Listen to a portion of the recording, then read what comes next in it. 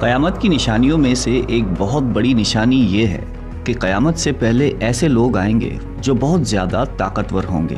ان سے لڑنے کی طاقت کسی کے پاس نہیں ہوگی. یہ زمین پر موجود سارا پانی پی جائیں گے، ہر قسم کی کھیتی اور پھل کھا جائیں گے، اور جو کچھ ان کے راستے میں آئے گا سب نیست و نابود اور تباہ و برباد کر دیں گے. اس خونخوار قوم کے بارے میں ہم بچپن سے سنتے آ رہے ہیں، اور آج اس کے بارے میں ہم اس ویڈیو میں بات کریں گے، یعنی یاجوج اور ماجوج. آپ نے یاجوج ماجوج کے بارے میں سنا ہی ہوگا، لیکن آج جو تفصیل ہم آپ کو بتائیں گے شاید ہی آپ نے اس سے پہلے کبھی سنی ہو. اللہ تعالیٰ نے ان کا ذکر قرآن مجید کی سورہ کہف اور سورہ انبیاء میں بھی فرمایا ہے. آج کی اس ویڈیو میں ہم آپ کو یاجوج اور ماجوج کے بارے میں بہت سارے دلچسپ اور حیران کن حقائق بتائیں گے. یاجوج اور ماجوج کون ہیں، یہ کیسے دکھتے ہیں، رہتے کہاں ہیں، آئیں گے کب، اور بہت کچھ. دنیا میں کل 4 بادشاہ ایسے گزرے جنہوں نے اپنے وقت میں پوری دنیا پر حکومت کی ہے، جن میں سے 2 مسلمان تھے اور 2 کافر.